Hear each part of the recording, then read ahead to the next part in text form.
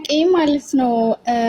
አያቴ ሲሞት ክርስቲያን ነበርና እሰልማለሁ ምናምን እያለ ድንገት በጥይት ተመቶ ነበር የሞተው እና ሲሞት ደግሞ አስልሙኝና ልሞት ሸሃዳ ሲዙኝ እያለ ከዛ በዛው ቄሶቹ ምናምን እዛው አፍነው ገደሉት ማለት ነው ሸሃዳ ሳይዝ እና ሰዎች ደግሞ ሰልሟል በቃ እሱ ምናምን ነገር ብለው እንደዛ ብለው ነበረ። እሱ ደግሞ በህልም ያኒ በመናም የሆነ ሰውዬ በመናሜ አይቼዋለሁ ሶደቃ ልጆቼ ሶደቃ ያውጡልኝ ነው ምናምን ነገር ብሏል ብለው ሰውዬው ግን ኢትዮጵያ አህባሽ ነው ያኒ ሆነ እኔ አዋቂ ነኝ ምናምን ሼክ ምናምን የሚሉት ነገር ነበርና ይሄ እንዴት ነው እንደዚህ አይነት ነገር እንዳልሽው ከሆነ መሞቱ የአላህ Subhanahu Wa Ta'ala ይወስናል። አላህ የውስጡን ያይለታል። መስለም ፈልጎ ሰውየው ሸሃዳ ማያስፈልገው በዚያ ሰዓት የሚያስይዘው ሰው እየፈለገ ያለ ቢገደል አላህ Subhanahu Wa Ta'ala የውስጡን የሚያየውን አምላክ ነው። ስለዚህ በውስጡ ያስብለታል። ነገር ግን ለሱ ሰደቃ ማድረግ እንችላለን ወይ የሚለውን ከላይ ሲል ስላልሰማንኛ ስላልሰማሽ አላህ በዚያ ይመነዳዋል። ምንም ኃጢአት አይኖርበትም። ይሄ ሰው በዚህ አምኖ ሰው የህይወቱ መጨረሻ ላይ ቢሞት ያለ ምንም ኃጢአት ሆኖ ነው የሚቀሰቀሰው። ነብዩ ሰለላሁ ዐለይሂ ወሰለም من كان آخر كلامه لا إله إلا الله دخل الجنة የመጨረሻ ህይወት ፍጻሜ ላይ لا إله إلا الله ያለ ሰው ጀነት ገባ ብለዋል። እንደአጠቃላይ ከላይ የእስልምና የሚገልጽ የሆነ ቃል ሲል ሰምተነው በነበር نتصدق عنه وندعو له ونستغفر له ነገር ግን አሁን የልቡን አይቶ አላህ Subhanahu Wa Ta'ala ይይዝለታል። ያ በቂ ነው። እሺ አሁን ሙስሊሞች እንግዲህ ቁርአን ለመሐመድ ወርዶለት ተቀብላችኋልና የቁርአን መውረድ ደግሞ ምስክሩ ራሱ መሐመድ ብቻ ነው። በአንድ ሰው ምስክርነት በራሱ ምስክርነት ብቻ ራሱ ተቀብሎ ራሱ መስካሪ ሆኖ ያንን መጽሐፍ ተቀብላችሁ ሃይማኖቱን ተከትላችኋልና የክርስትናው ጋር ስትመጡ ብዙ ነቢያቶች ምስክር ናቸው። ብዙ ሐዋርያቶች ምስክር ናቸው። አርድእቶች፣ ቅዱሳት አንስት ምናምን ጻድቃን፣ ሰማዕታት የሚባሉት ሁሉ ምስክር ናቸው። በገድላቸው ሁሉ ስትመጣ ብዙ ምስክር አለ እና የአንድ ሰው ምስክርነትን ተቀብላችሁ መሄዳችሁ ትክክል ነው። እሺ ቁርአን ምስክሩ ነብዩ መሐመድ ሰለላሁ ዐለይሂ ወሰለም ብቻ ናቸው የሚል ነው። ይሄ ስህተት ነው። በደንብ አዳምጡ ክርስቲያኖች። አንድ ነገር ልናገር። የኢትዮጵያ ክርስቲያን እምነት ይወዳል፣ የነቢያትን መንገድ ግን አላገኘም። ወላሂ ለእምነት ያላቸው ክብር እኔ አውቃለሁኝ። ባሉበት መንገድ ላይ ቢሆኑም ራሱ እውነት ላይ ያሉ መስሏቸው ነው። ገብታችኋል አይደል? እንደ አንድ ነገር ልናገር። እኔ የሌላው ዓለም ጋር ስትሄዱ ጊዜ ለእምነት ጣጣ ያለው ህዝብ ነው። የኢትዮጵያ ህዝብ ግን ለእምነት ቦታ አለው። ምን ነው እውነቱንና የነብያትን መንገድ አግኝተው በሄዱበት ብዬ በጣም እመኛለሁ። የምሬ ነው ወላሂ። እና እስኪ ጥያቄያቸው ራሱ እንደዚህ አይነት ጥያቄዎች ይናገራሉ፣ ይሄን የውስጣቸውን ስሜት ማለት ነው። ለማንኛውም ነብዩ መሐመድ ሰለላሁ ዐለይሂ ወሰለም ለመሆኑ ቃል ሲመጣላቸው ጊዜ ምስክር ራሳቸው ብቻ ናቸው ወይ? አይደሉም። አንደኛ የአምላካቸው ምስክር አለ።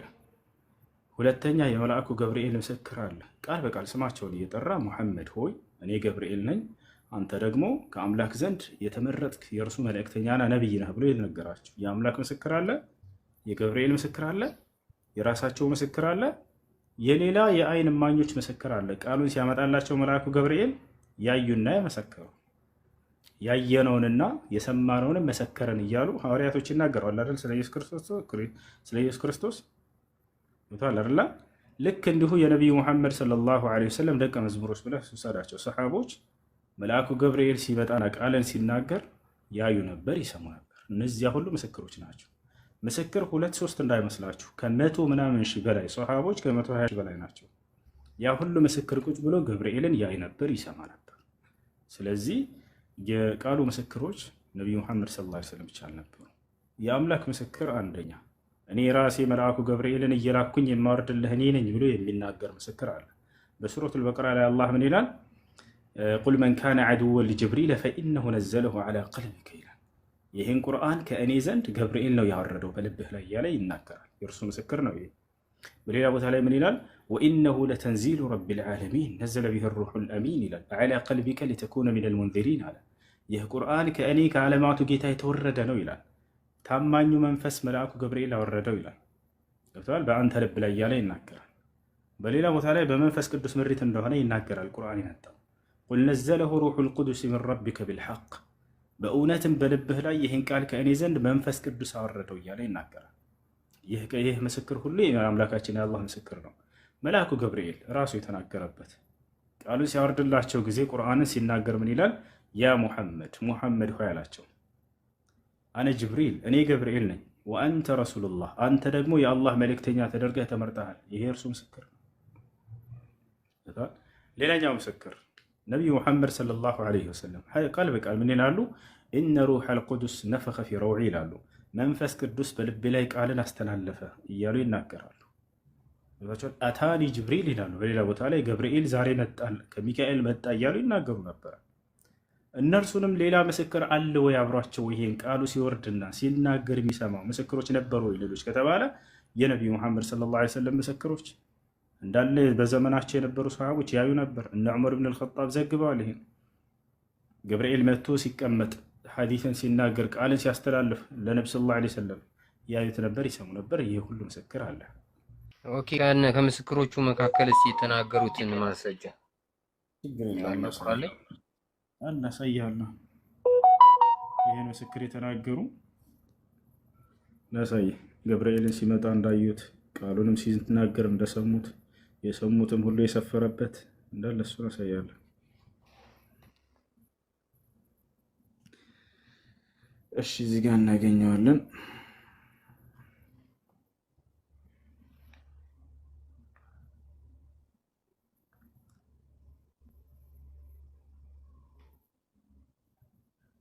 ያውና እዚህ ጋር ነው። ይሄ በጣም ረጅም ነው። ወደ አማርኛ ልቀይርላችሁ።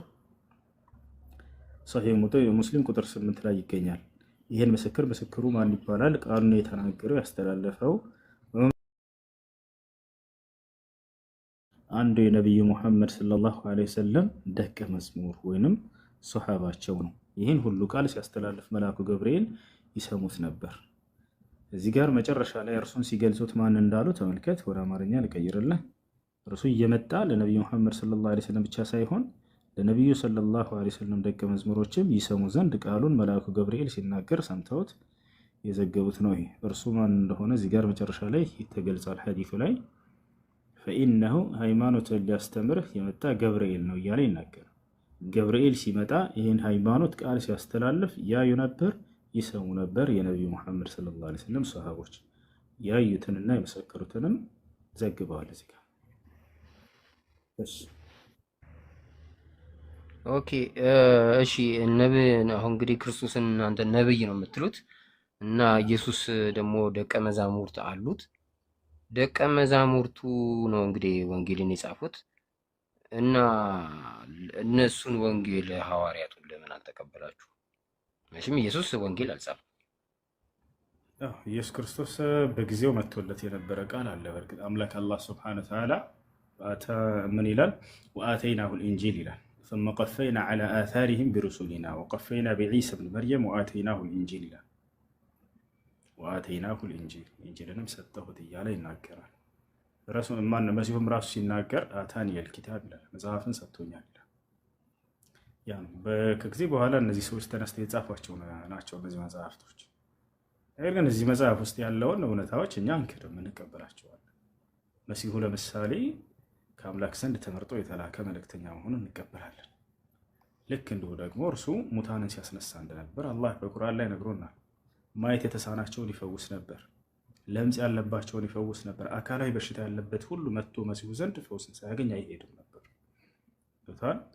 እነዚህን ሁሉ ተአምር ሲያደርግ እንደነበር እነዚህ ያሉትን ሁሉ እንቀበላለን። ያን አይኑን ማየት የተሳነው እንደፈወሰው፣ ሙታንን ሲያስነሳ እንደነበር፣ ልክ እንዲሁ ለእስራኤል ልጆች ተመርጦ የተላከ እንደሆነ፣ እናቱ ማርያም ጻድቅ እንደሆነች አላህ ቃል በቃል ቁርአን ላይ ማርያም ጻድቅ ነች ብሎ ገልጾልናል።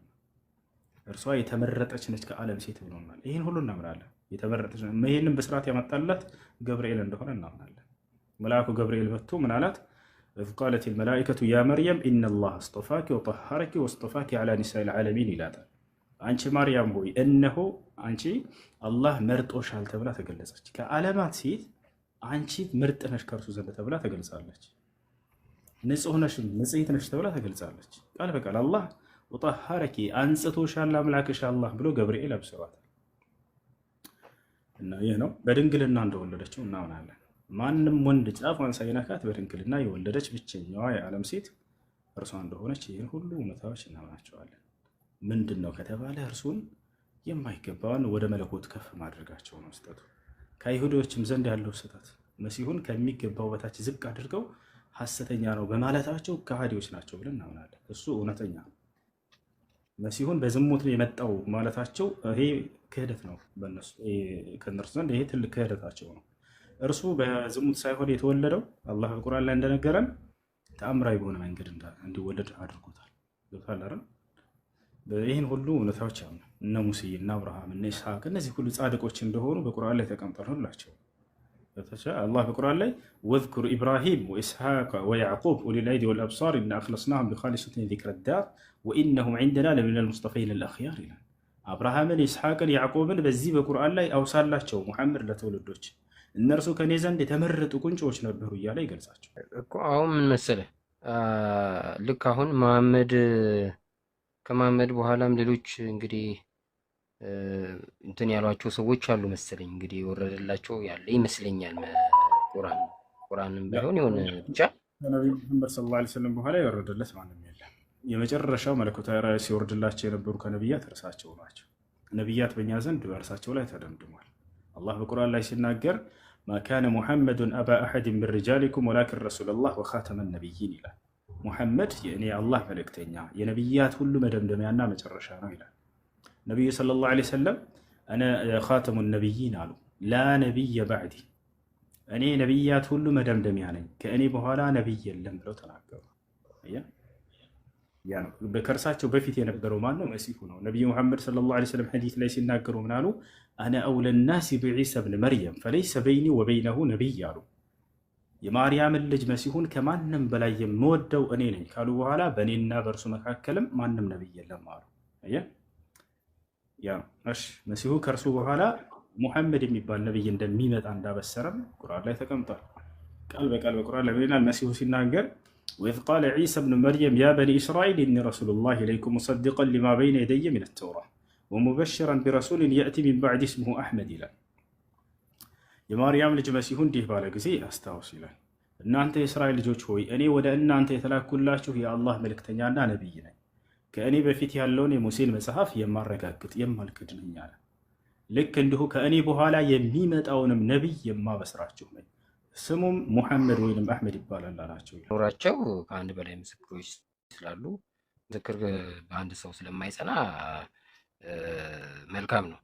አሁን ልክ እንደዚህ ሁሉ ማለት ነው ክርስቶስም በነበረበት ሰዓት ክርስቶስ እኔ አምላክ ነኝ ሲል ራሱ ብቻ ብሎ ቢቀር ምስክሮች ባይኖሩ ተቀባይነቱ ልክ አይመጣም ነበር። ነገር ግን ምስክሮች አሉ። አሁን ምስክሮቹን ሳትቀበሉ ልክ አሁን የመሐመድን ምስክሮች እንደተቀበላችሁ ሁሉ የክርስቶስን ምስክሮች ሳትቀበሉ ስለ ክርስቶስ እንዴት ማወቅ ትችላላችሁ? የክርስቶስ ምስክሮች ደግሞ ሐዋርያት ናቸው። ወደ እሱ እንምጣሽ፣ ችግር የለም። አንደኛ እነዚህ ሐዋርያቶች የእርሱ ክርስቶስ የመረጣቸው ከ12ቱ ደቀ መዝሙሮች አይደሉም። ይህን ታውቃለህ አይደል? ወንጌልን የጻፉት ከ12ቱም አሉበት፣ ከ72ቱ አርድእትም አሉበት። ሉቃስ ከ72 ውስጥ ነው፣ ከ72 አርድእት ውስጥ ነው። ማቴዎስ እና ዮሐንስ ግን ከ12ቱ ሐዋርያት ናቸው። ሉቃስ እንዴት ነው ወንጌልን የጻፈው? ኢየሱስ ክርስቶስ ከመቃብር ሲነሳ ያየ ሐዋርያ አንድ አለ? 12ቱን ሳይሆን አንድ ከ12ቱ ሳይሆን ማርያም መግደላዊት እና ሌሎቹ አይተዋል። እነሱ መቃብር ሲሄዱ ሰፈኑን ነው ያገኙት። እነሱ ራሱ አላየም፣ ሐዋርያቶችም አላዩም። ግን እንዴት ነው ሳያዩ ተነስቷል ብለው ጽፈዋል። ከተነሳ በኋላ መጥቶ በዝግ ቤት መጥቶ ተገናኝቷቸዋል። አንዴ ቅድም ያዩና የመሰከሩ ናቸው አልክ። ምስክር ከአንድ ራሱ በቂ አይደለም አልክ። ችግር የለውም አልኩኝ። እንዳው ስለ ነብያችን ሰጠው ብዙ ምስክሮች 120 ምናምን ሺህ ምስክር ቃሉ ሲወርድ ጊዜ ማለት ነው። እኔ ግን በአንተ እምነት ላይ ያንተን ሚዛን ይዤ መጥቼ ለነብያችን ያመጣኸውን ሚዛን በአንተ ያንተን እምነት መጥቼ ስመዝን አንድ ምስክር የለውም እንዳለ እምነትህ። ክርስቶስ ሲነሳ ከመቃብር ያየ አንድ ሐዋርያ ያለ የለም። አይተናል ብለው መጻፋቸው ስህተት ነው ማለት ነው። አንድ ምስክር ሊሆን አይችልም። እነሱ ጳውሎስ አይቷል ኢየሱስ ክርስቶስ በዝግቤት እኮ መጥቶ ተገናኛቸው አይደል እንዴ? ስለዛ አይደለም ጥያቄ፣ ስለመነሳቱ ነው ጥያቄ። ክርስቶስ ሲነሳ ጊዜ አይተው ነው የጻፉት እነዚህ ምስክር ብለው የጠራቸው ሐዋርያቶች ወይንስ ሳያዩ ነው የጻፉት? መልስ። ክርስቶስ ሲነሳ እኮ ማንም ያየ የለም። ከተነሳ በኋላ ግን ተገልጾላቸዋል። ሲሞት አውቀዋል፣ ሲሞት አይተዋል። ገባክ? ከዛ ግን ሲነሳ ግን ቀጥታ እሱ እየተነሳ እያለ አላዩም። ተነስቶ ግን ተገናኝቷቸዋል። ለማርያም መግደላዊት ተገልጾላታል። ስለዚህ እነዚህ ሌላ ምስክሮች ብጠይቅ አሁን አያስኬድም። እንደዚህ ትወድቃላችሁ። እንዳጠቃላይ ነቢያችን ሰለላሁ ዐለይሂ ወሰለም የሚጠቅማቸውን ነገር ልንገራችሁ።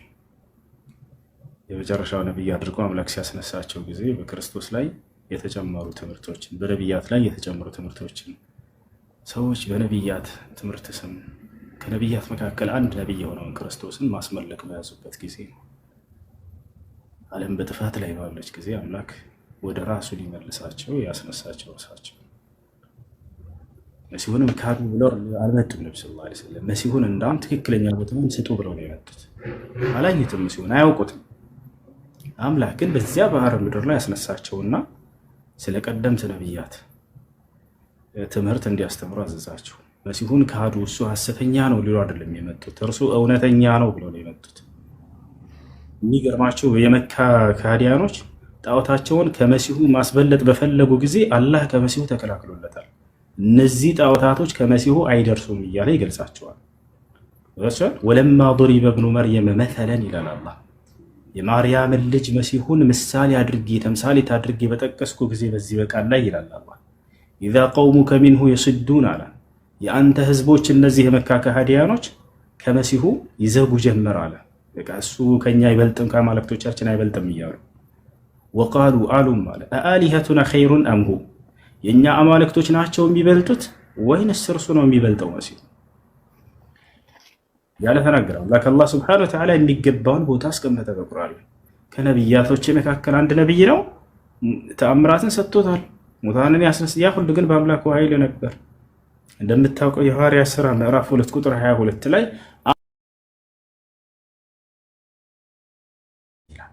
እነዚያ ሁሉ ተአምራቶች፣ ድንቆች፣ ስራዎች ሁሉ የአምላክ ስራ ናቸው በርሱ በኩል። በቁርአንም ላይ ስትመጣ ጊዜ እነዚህን ተአምራቶች ሁሉ ይዘረዝርና መሲሁ ነገር ግን እነዚህን በአምላኬ ፈቃድ ነው የማደርጋቸው ይላል።